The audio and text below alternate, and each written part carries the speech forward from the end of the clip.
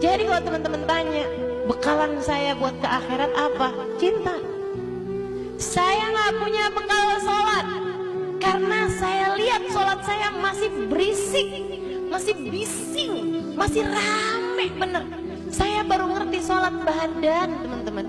Sholatnya hati saya belum kenal, belum tahu saya. Hati yang dari awal sholat sampai akhir sholat nggak inget apa-apa selain Allah, saya belum tahu. Saya baru bisa cerita. Tapi mereka-mereka ini yang sholatnya khusyuk sampai ke dalam hati, saya udah kenal sama mereka. Makanya itu yang saya jadikan bekal buat ngadep Allah SWT. Cinta. Cinta. Tapi jangan meremehkan cinta. Dan hati-hatilah mencinta. Ini hati kamu, cintanya sama siapa? Periksa teman-teman saya sekalian. Karena itu bekal besar. Hati-hati sama cinta kamu sama siapa dalam hati kamu. Karena itu bekal besar. Bekal yang bahkan Sayyidina Imam Asy-Syafi'i yang punya 10 juz tiap malamnya dalam sholatnya. Dalam sholatnya punya 10 juz. Hataman Quran sehari sekali Imam Asy-Syafi'i. Katanya Imam Syafi'i, "Uhibbus sholihin." Saya cinta sama orang soleh. Saya cinta sama orang soleh. Walastu minhum, meskipun saya bukan termasuk di antara mereka. Satu hataman Quran tiap hari. Ngajarin orang-orang. Ulama paling terkemuka pada zamannya, Imam Syafi'i. La'ali an anal minhum syafa'ah. Kenapa engkau cinta? Karena aku berharap saya bisa dapetin syafaat mereka. Imam Syafi'i aja ngerasa berbekalnya pakai cinta. Karena beliau merasa saya belum termasuk di antara orang-orang saleh. Kata Imam Syafi'i, saya benci sama orang yang barang dagangannya adalah dosa. Wa in kuntu sawa'an fil bidha'ah, meskipun bekelan mereka, modal mereka sama saya.